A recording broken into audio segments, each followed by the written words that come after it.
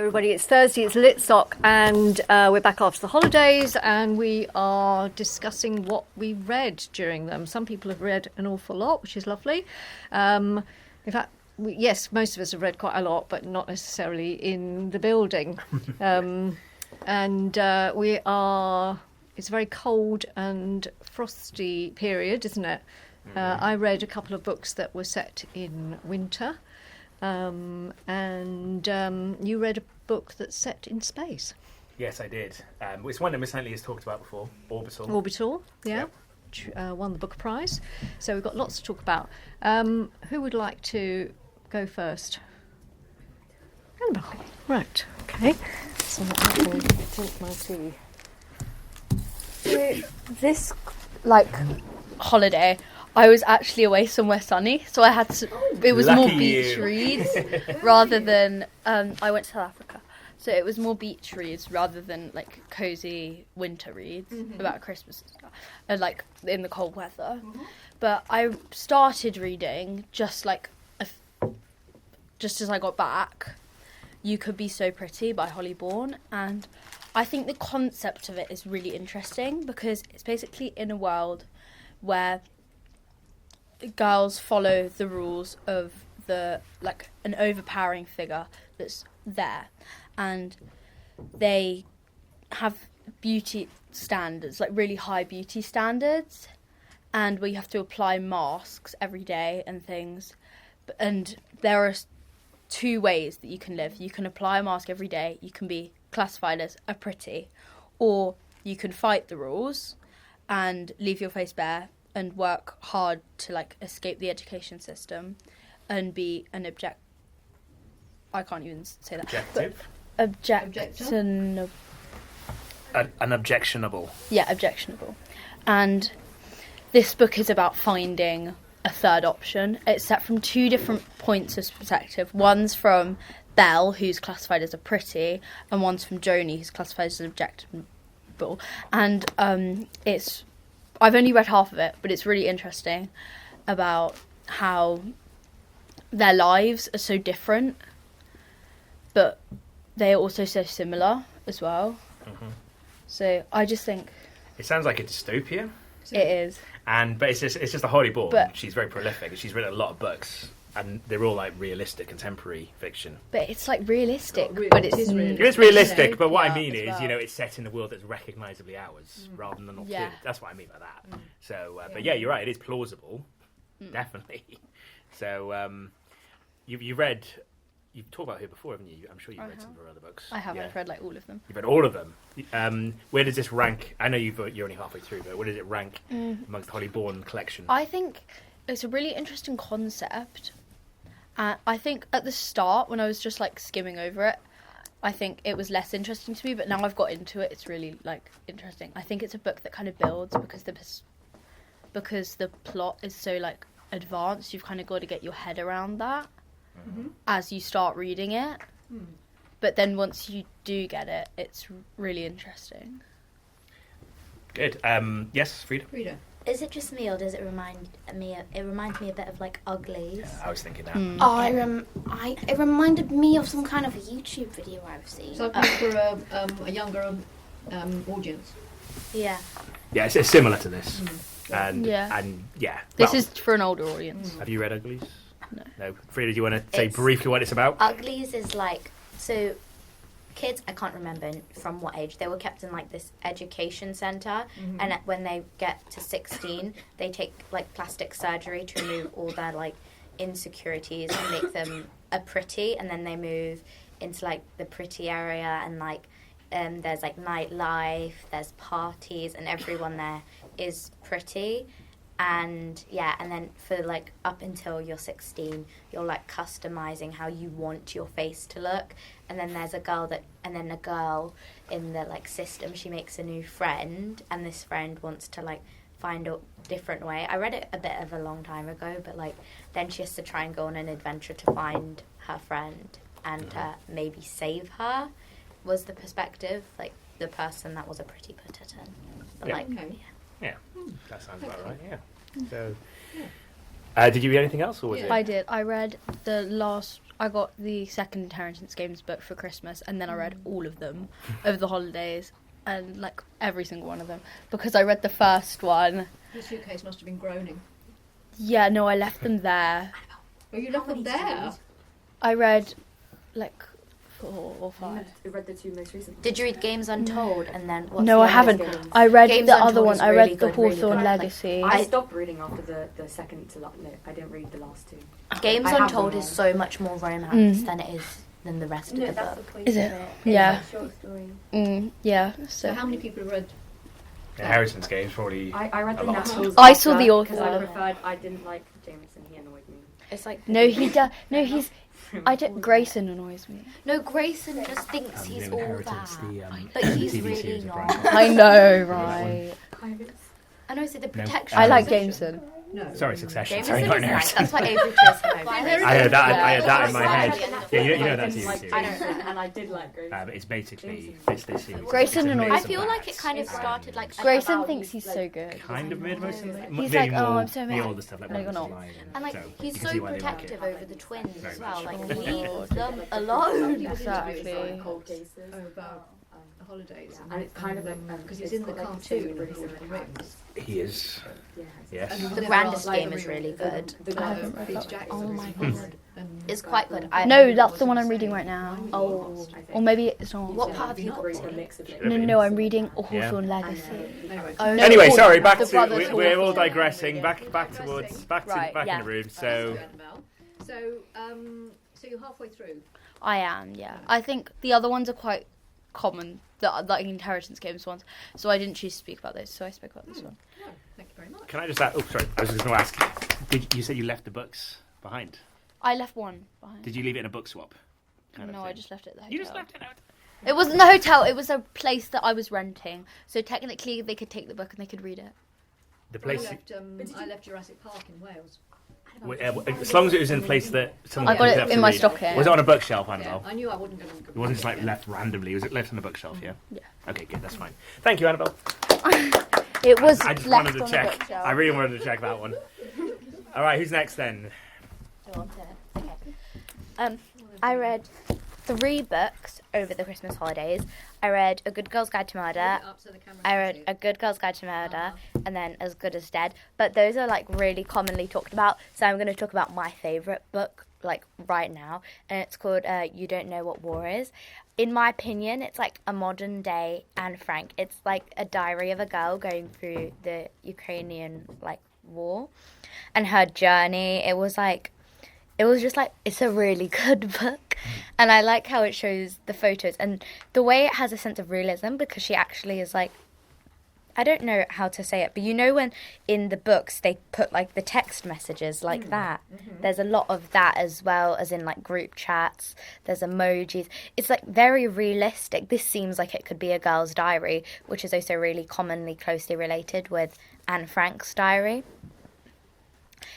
It's really short, actually. Like, I went through it in like a day because it's that addicting. It's like, I don't know how to say it, but I'll read the blurb. It's like, Yuva speaks about the truth that all of us, young and old, must listen to, and that was Michael Mampergo. And like, it's generally really hot. Like, it touches my heart because like there's bits at the end about her friends talking about their experiences, and a couple of her friends actually died because she was in Kharkiv, which is really close to the Russian border, which if you watch the news now, Kharkiv is mostly destroyed and it's under Russian occupation. So yeah, it's really touching. So that's what I like about it. I think the diary starts when she's 11, finishes when she's 12, and she's like 13, 14 now. Right. I can see why it resonates with you then, because you're her age, basically. As are those Basically. It's kind of like, I don't know, it made me cry a little bit.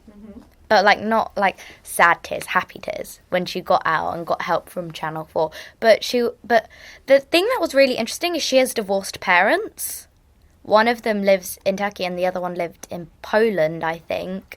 And it's really weird because neither of them are there with her during the war. It's literally her grandma. Oh, so she was with her grandmother.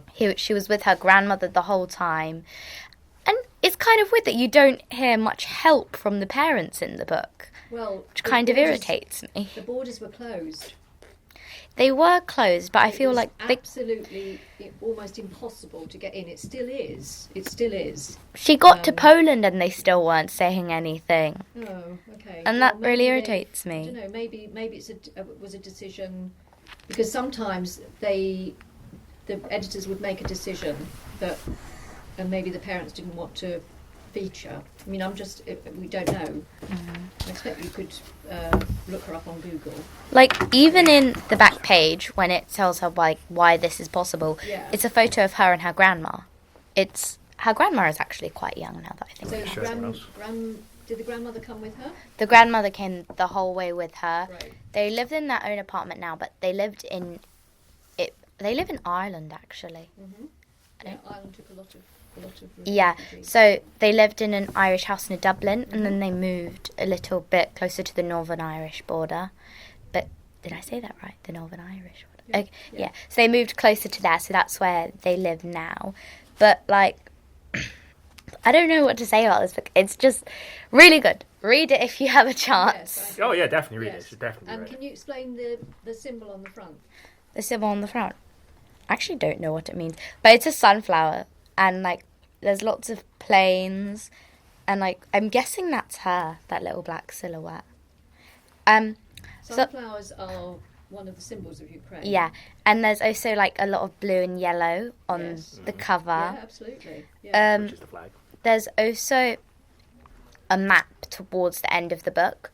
I don't think I'm going to find it, but it's at the end of the book, and it's basically her showing her journey, car, train, everything, and the friends she made along the way. It's actually a bit weird. And then she started the Irish school, and look there. That's the Okay, map. there we go. No, that's really, really informative. Yeah. So she went from Kharkiv, she went on a car to Dnipro, then she went on a train to Kiev, past Lviv, and then it tells at Lviv, and then she passed a place where she went in the summer, which is like Uzhhorod, and then she went into Hungary by train, and then she went plane all the way to Dublin. But That's and interesting. then they didn't pay for their plane tickets either, the Channel 4 News, because they did like a thing on them and they didn't know how to pay them. They paid for the flight and everything as well, which I think was really nice. There you go. Thank you very much. That's great. Really informative. Thank you. Read this one next. Malcolm Duffy, who is a friend of the school. He's been in a few times. Yeah. His daughter used to go to this school, and essentially I don't know if you remember, there was a scheme where people were taking in Ukrainian refugees. He took in a family into his home, and that inspired this story, this novel. So yeah, I think this might be the one for you to read next. And you can see, called 7 Million Sunflowers, as was Sandy said, symbol of Ukraine. So yeah. Sunflowers produce sunflower oil. Most of Europe's cooking oil comes from Ukraine. Really? Yeah. Yes. Yeah. Yes. We grow rapeseed oil here, and but the sunflower crop, it made a tremendous difference. Made a tremendous difference to the economy of Europe. Yeah. So, Lucy, do you want to go next? Okay. Yeah, hugging your toe. Vast collection. Yeah. Thank you. Well, it's 4 books from an incomplete series. Okay. Skandar and the Unicorn Thief. We have Skandar and the Unicorn Thief, Okay. Skandar and the Phantom Rider, Skandar and the Chaos Trials, which came out in April, and Skandar and the Skeleton Curse, which came out in October. So it's quite a new series. I think the first one came out in 2022, and it's about a boy called Skandar who, it's in an almost different world where it's the same world to start with, but then there's this island, which is near the Isle of Man, where unicorns are, but they're not normal unicorns, like pink tails, sparkly poop. Are they more like Pegasus? Are they more like Pegasus? More like Pegasus. They have horns and wings, but there are also, but there are also things called wild unicorns. Okay. Unicorns who don't bond with their destined rider, who are their horns are transparent, and it means that they can't make focused elemental attacks, but they cause lots of damage because they're angry that they don't get their rider, and you get more of that because before the book started, there was this incident called where the 24 unicorns died because they were bonded unicorns because they were killed Why? by someone called the Weaver. Oh, The okay. Weaver, I'm not going to reveal the Weaver's name or Okay. gender, but but the Weaver killed them because the Weaver was angry about losing a unicorn themselves, and so because of this, they outlawed an element, the spirit element, and so that's why more unicorns were born wild, because that's a whole fifth of the unicorn population not being bonded. But Skandar got through somehow, and he's a spirit wielder, and so he has to hide this. In the first book, it changes, Okay. and so the So first, you've basically got a whole world yeah. with unicorns. Are there any other familiar animals or not? In book 4, they get these things called elemental predators, Oh yeah. where a rider will get lots of elemental magic and then form it into an animal. There are 4 categories: hiders, predators, marauders, and mythicals. So you can have like dragons and griffins and mythicals. Hiders are more things that hide and then get their prey, like foxes, and then predators are of course things like jackals and wolves. And then marauders are like leopards and big animals. And so before that, there's also elemental creatures where, like, the fire element has these salamanders. Oh yeah. The water element has the undine, which live in the water, and they live over the pearl farms. And then there's in the earth, there's, what are they? Stalagnomes, which pretend to be stalactites and then try to kill you. And then there's the air elementals, which are basically hard winds that don't want you to fly. Okay. But I really liked the Skandar book. I had read these before, but I didn't have the books as my own. But this Christmas I got them all I see. for myself. So you read them again. Yeah, every single one. I did it in 4 days, which was really quick. Yeah. Why is just like one of them? I don't know. Because that's irritating me. Looking at It the pile. is One is a irritating. paperback and the others are It's just Hardback. It's just irritating because if I was gonna stack those on my bedside table, that one book would just like drive me mad. All mine are hardbacks. So It was At just, least if you it see was mine. just the practicalities one of of buying the those, books okay. for the library at the time. This is not your bedside We're really table. sorry. It's a library. Okay? Just want to point that out. Have you heard of Fireborn? And just down here. oh yeah, Aisling Fowler, I by any think chance? a That's friend of quite mine similar. who lives in Australia recommended it to me when I was in year 4. I had a look at it, but I didn't feel very interested in it. You've heard it. Well, you've read these. You haven't read that. Yeah. It's just they both, the first one in each came Like, out I did, similar like, time. I read the There's a lot of beginning of it, but comparisons. I didn't like it, Okay. so I stopped reading it. It's funny because it's a similar kind of concept with the protagonist is riding, I can't remember what it is, it might be a polar bear, an animal, just like this. Yeah. In this case, a unicorn. So yeah, I was just curious if you read that as well. Yeah, but the funny thing is about this, at least something that I find funny, is at the beginning of the series, you see the unicorn has quite full wings. Okay. yeah. In the next book, smaller wings. Next book, tiny chicken wings. That doesn't sound good. That sounds like. I don't know why. Wait, I couldn't. Oh, so it is. Not wings. Oh, so it doesn't actually. I Look thought- at the difference between the wings. Oh, wait, no. It's I a take it different- that it doesn't happen in the story. Then I thought you were saying in No. the story the wings. No. shrink because It's Wow. fine. It's just the picture. It's just the cover art. I just think that they For a tried. second, I thought, These oh, have what got happened to her wings. wings? There are some books in the library where you think, have you actually read this book? Have you actually talked to this author? Anyway. What was it? The Evelyn Waugh book that you were really annoyed by the cover by? Brideshead. Brideshead Revisited had nothing to do with the right. Yeah, see, book covers are important, people. They are Yeah. important. They can be misleading. Don't give your unicorns chicken wings. Wise words. All right, thank you, Lucy. Thank you very much. I suppose it's better than having Paris, a you want to go different cover next? artist for Because every you verse. might need to go earlier than the rest of us. Okay. Okay, yeah. I don't have the book with me today, but there's a book that I read over the holidays that I read at the beginning of the school year as well, but I really liked it, so I decided to reread it. It's called The Boy with the Butterfly Mind, and it's about two children, Ellen and Jamie. Ellen is she's desperate to be perfect, and she's probably the most tidy person you will ever meet. She gets everything done. She's labelled as the teacher's pet. And then there's Jamie, who's disorganised, he can't concentrate, he's got ADHD, and he gets teased about it a lot, which is not fair.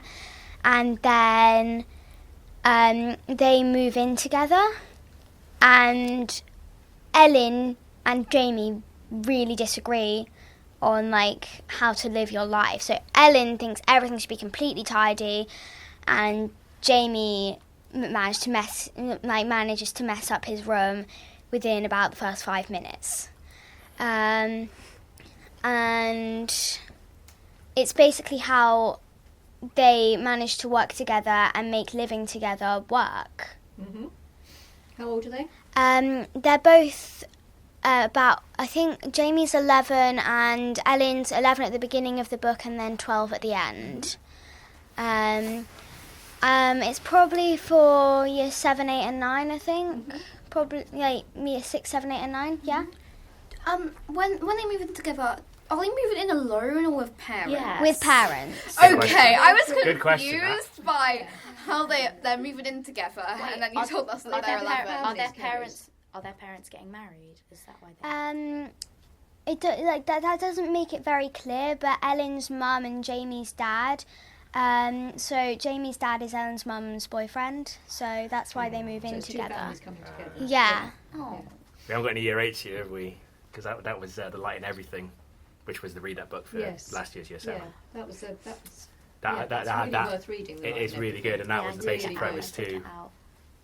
Parents getting together, and that's why they're thrown together, It's two like, very different people. Why am I starting to cry already? Because I know where this is gonna go, like the light and everything.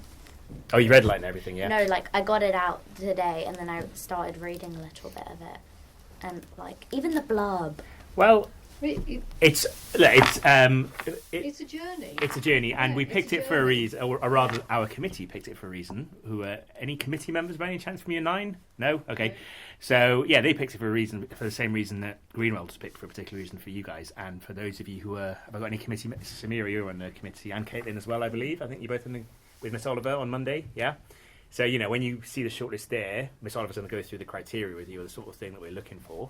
Yeah, and The Light and Everything was picked for those reasons, because think about how things are when you start in year 7, new school, don't really know anyone, helps you settle in, and The Light and Everything covers those themes beautifully. So there you go. Okay. So it was worth a second read. Yeah, Yeah. it's one of my favourite books. Right, that's lovely. Excellent. Thank you very much. Thank you, Karis. Thank you. Okay, Alyssa, do you want to go next? So I've only got the one in each series, but this Christmas I read 9 books because I tend to read like a book a day, but like not one each day. So anyway, I brought the first in this series and the third in this series, but I read all of them.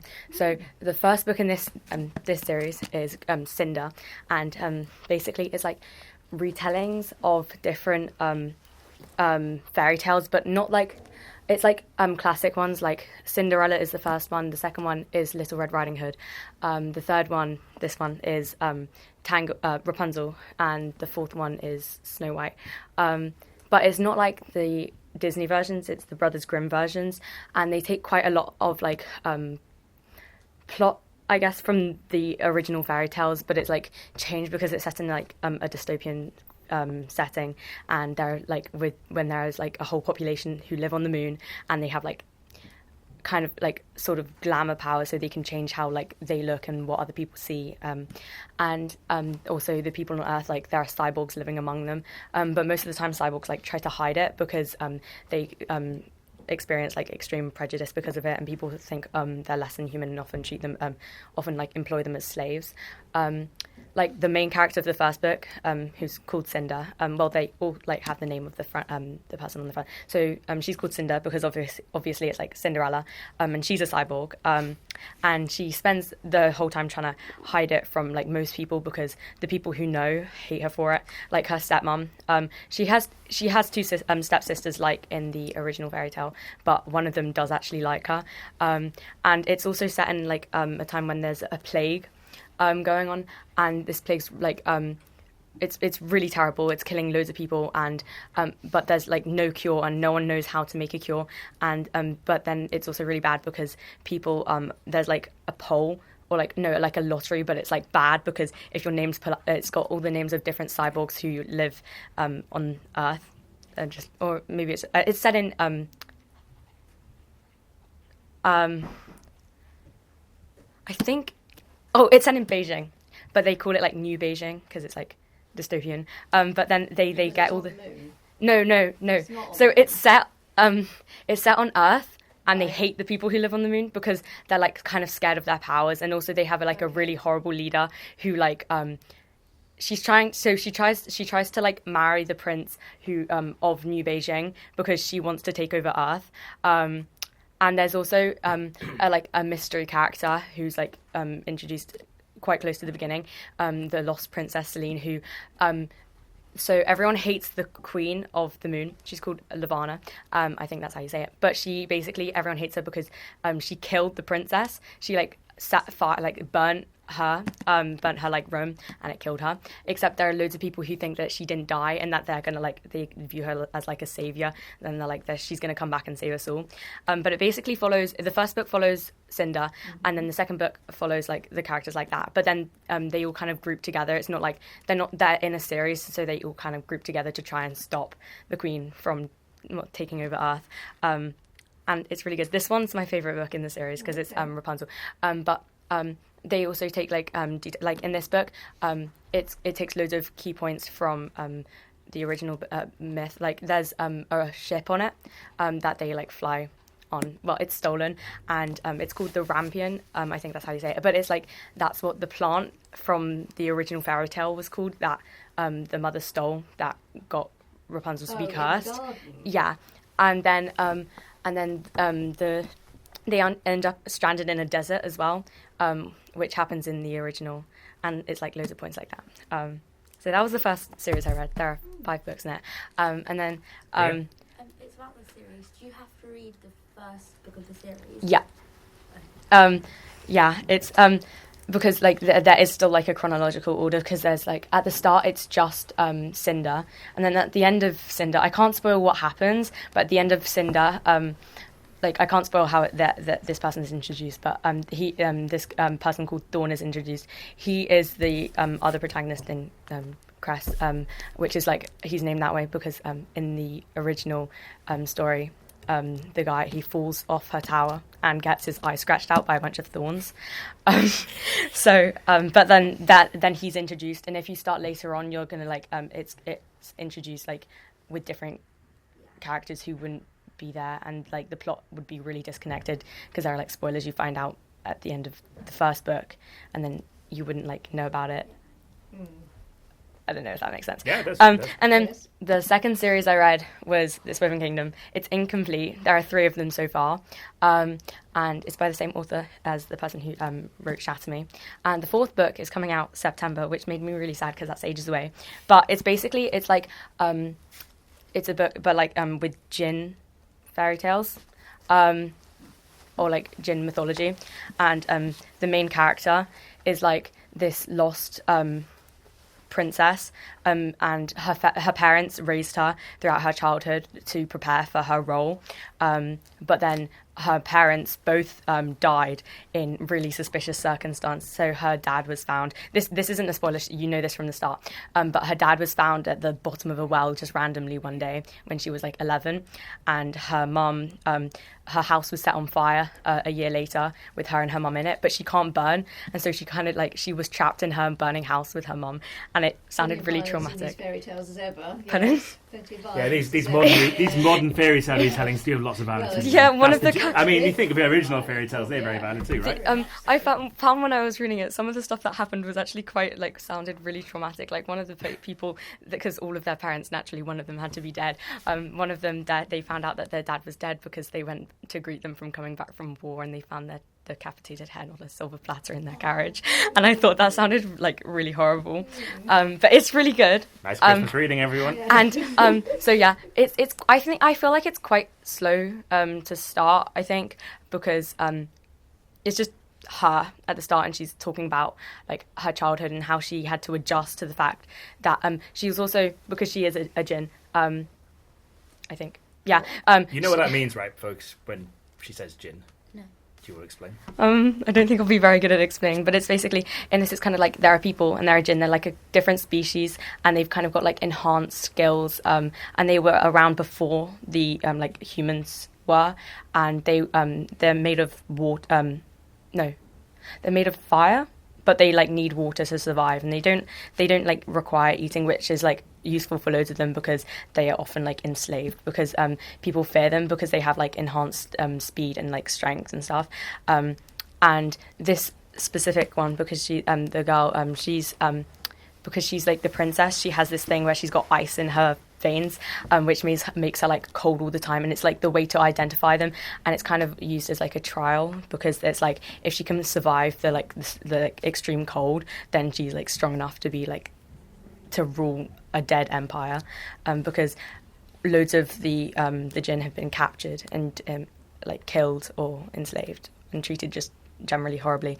And throughout her childhood as well, because her parents are dead, she fled to like the main city that this is set in. I can't remember what it's called, but then she's like has to live on the streets because she's got like no money, no family members who will help her, and she was estranged from everybody as a kid because her parents didn't want to like expose her to people who would try to kill her. So If you want a quick version of jinns, Aladdin and his lamp, Yeah. the genie, Yeah. that That's a kind of word jinn. comes from jinn. Yeah. The jinn. It's an offshoot of the original, but yeah, Yeah. fundamentally. Jinn. So yeah, because we're talking about the world of fairy tales. This is like Arabian Nights, This is Arabian essentially. Nights, Yeah, which Aladdin is, but you've got other Yeah. things like Alibaba and the 40 Thieves, Yeah. Sinbad the Sailor. There's loads of those famous myths as well. So this is what she's drawing on, isn't it? Oh, yeah. Tara Mafi, that the Arabian Nights. Mm. So yeah, she's very popular. Tara Mafi, Yeah. her books have been. Yeah. it's really, really, really good. I don't know if it's like set in the past, like loads of the language sounds like it, like they Oh, say yeah, like yeah, whence and if- stuff. well, It makes sense that it is because they've got like jinn. Again, it's sort of like Cinderella is dead and these Yeah. like modern updates. But yes, I think it's supposed to be. And it's got stuff like So- dragons. Of course. Yeah. I do. It was really good. Oh, I also read Caraval, but I'm not going to talk about it. But it was really I good. think someone else might be. Yeah. Okay. It was really good. All right. Thank you very much. Right. Who's- Caitlin, Samira? Ria's got. I think Ria's got one. So Caitlin. Yep. So I read these before in year 5, but I read them again because I liked them and I didn't really read them like that well. So I read. Well, they always find something different as we Yeah. Yes, don't exactly. we? Exactly. Reading. We're all on reading journeys, aren't we? So, Yeah. yeah. So I read a few of them before Christmas, but then I finished the series during Christmas. So it's about this boy, and he lives in an orphanage because his parents, they didn't die, but they couldn't raise him. So then one day he thinks his parents are coming back because he finds a whole carrot in his soup.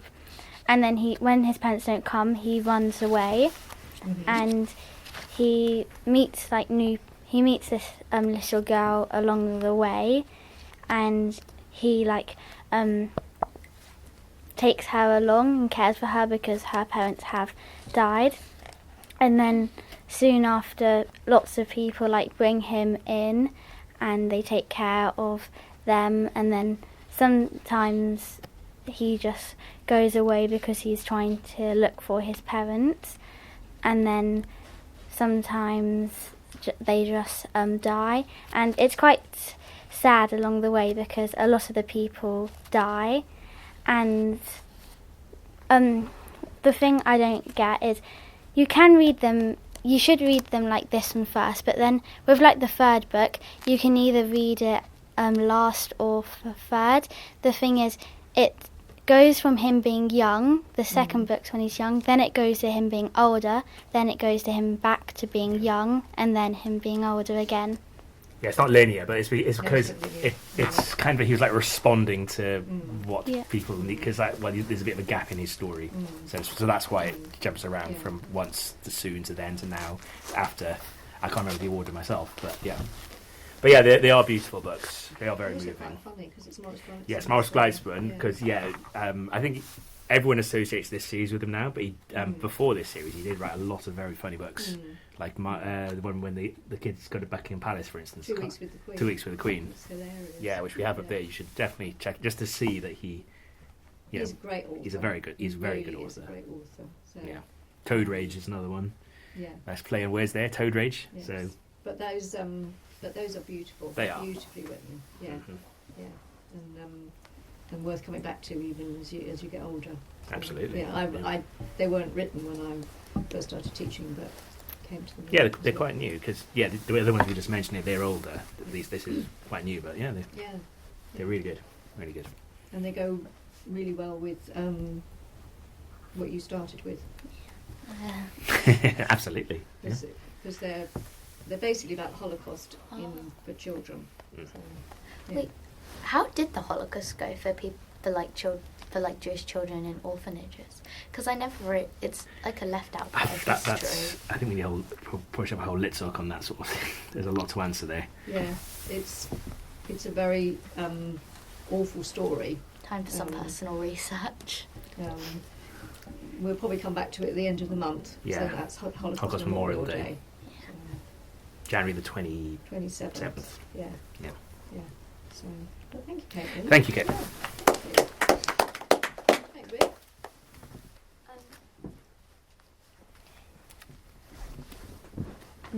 So this holiday I didn't actually read anything new, at least I don't think I did, but I reread everything I had on my shelf. So I read the Caraval series. This is the second book, I think, yeah. And Once Upon a Broken Heart series, which is also by the same author, and Inheritance Games, and a lot of books. And so Caraval, the entire series is one of my favourite series. So I've reread them a lot. First time I read it, I was in boarding school, so it was really fun because all my friends had read the book. So you can chat about it. Yeah. That's great. So the first one, so it starts with two sisters who live on an island, and their mother ran away when they were little, but their father is really, really cruel. So if one of them does something bad or gets in trouble, he would whip the other. Okay. So Not fair, is it? yeah, and so it starts with them.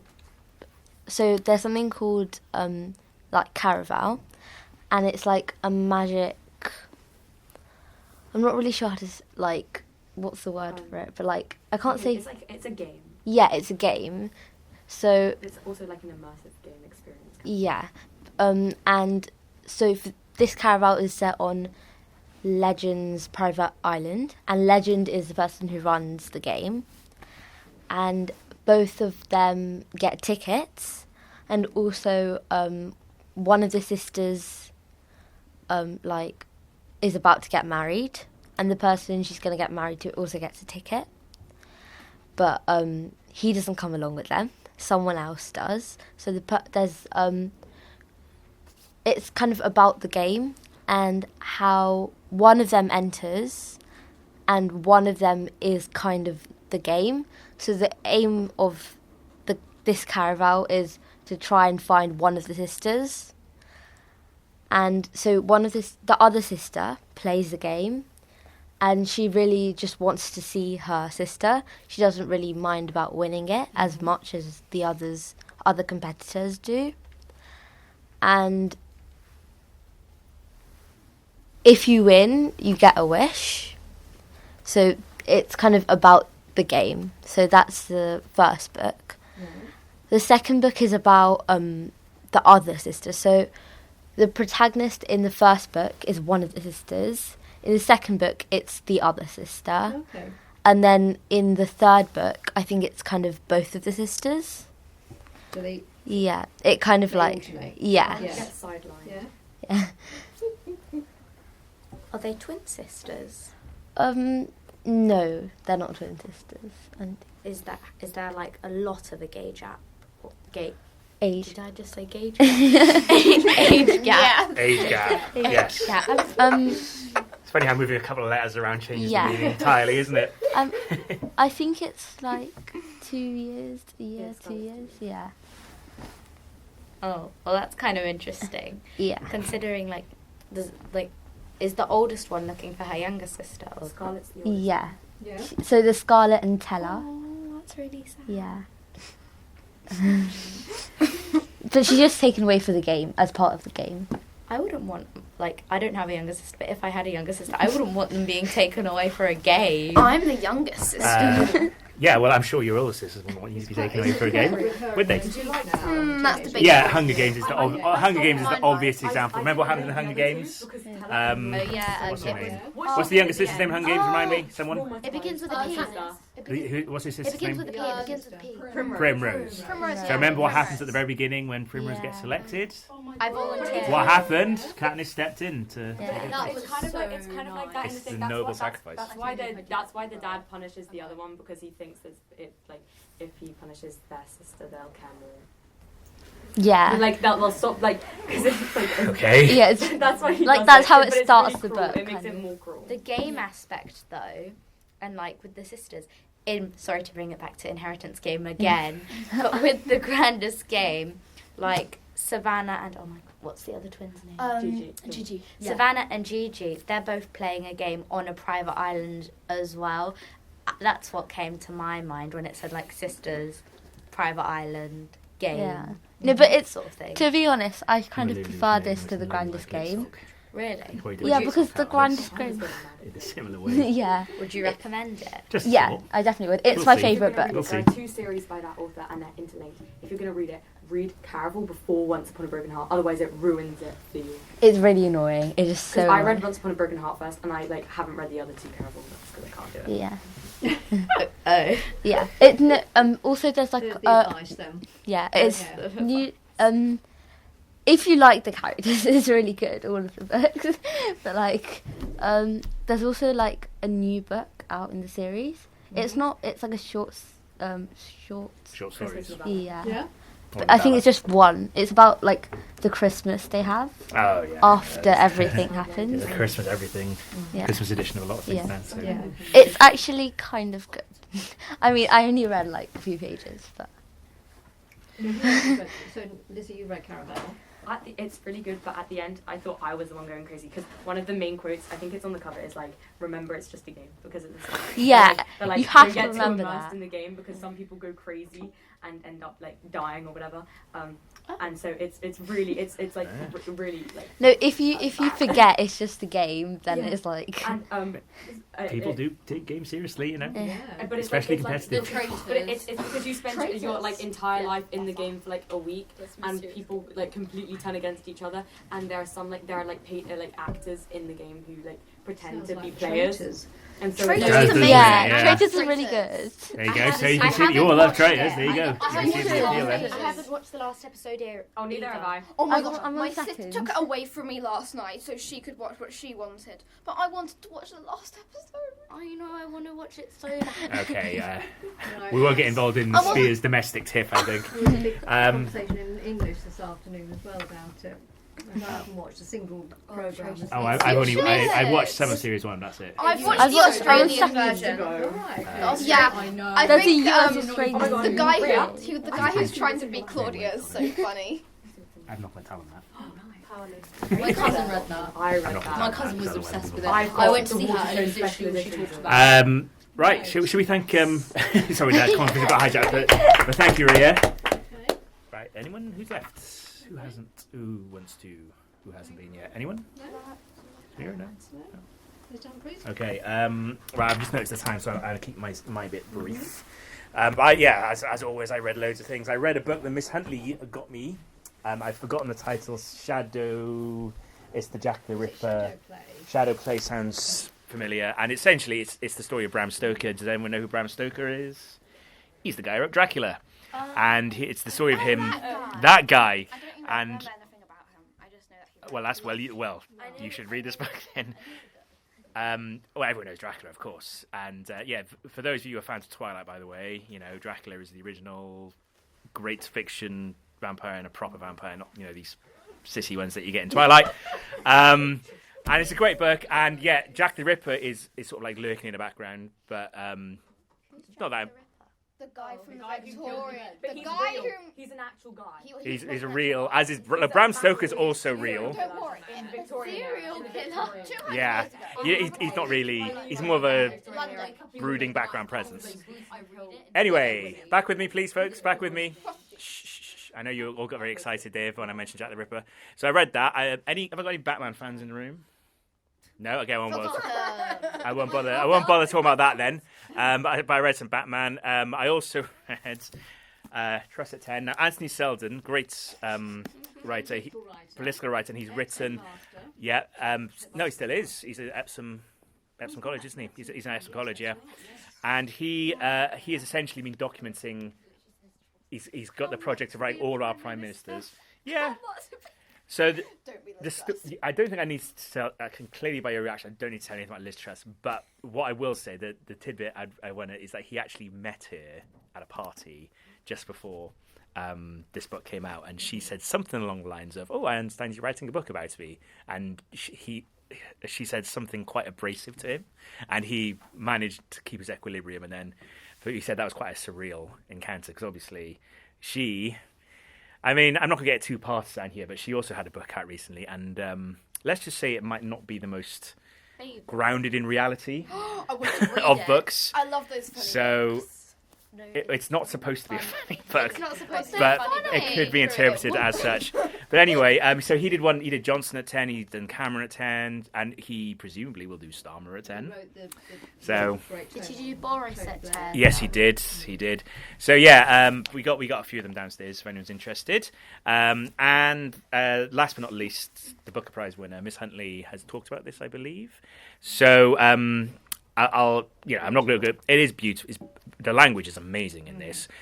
The plot, such as it is, because I don't think it's about the plot really, but bunch of astronauts on a space station, and you know how it is. They get very lonely, they get very isolated, and one of them receives some bad news. They lose a family member, and it's like, well, that's never fun anyway. But when you're alone in space, and it kind of gets them to rethink about certain things, and it's.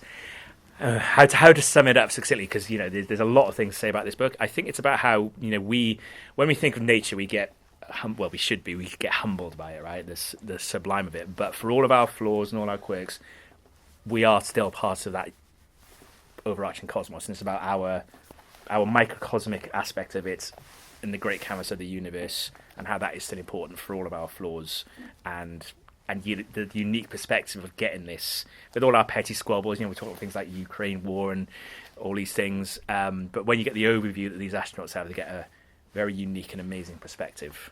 And I guess the story is, Miss Huntley clearly wants to say something. That when astronauts go up, and they're of course very few who've actually been up and been round the Earth.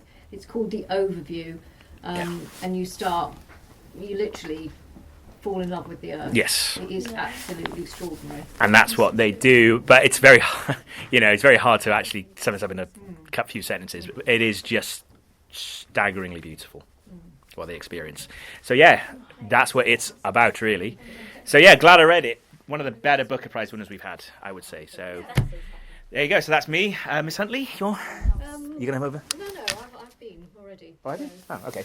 Right. Well, I guess that sums up. That's the end of this week. First one of the new term. Thank you, And the new everybody. year.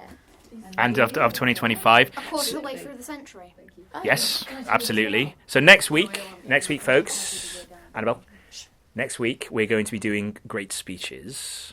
Now, when we were talking about this earlier, I think we automatically think of great rousing speeches. They don't necessarily have to be great rousing speeches.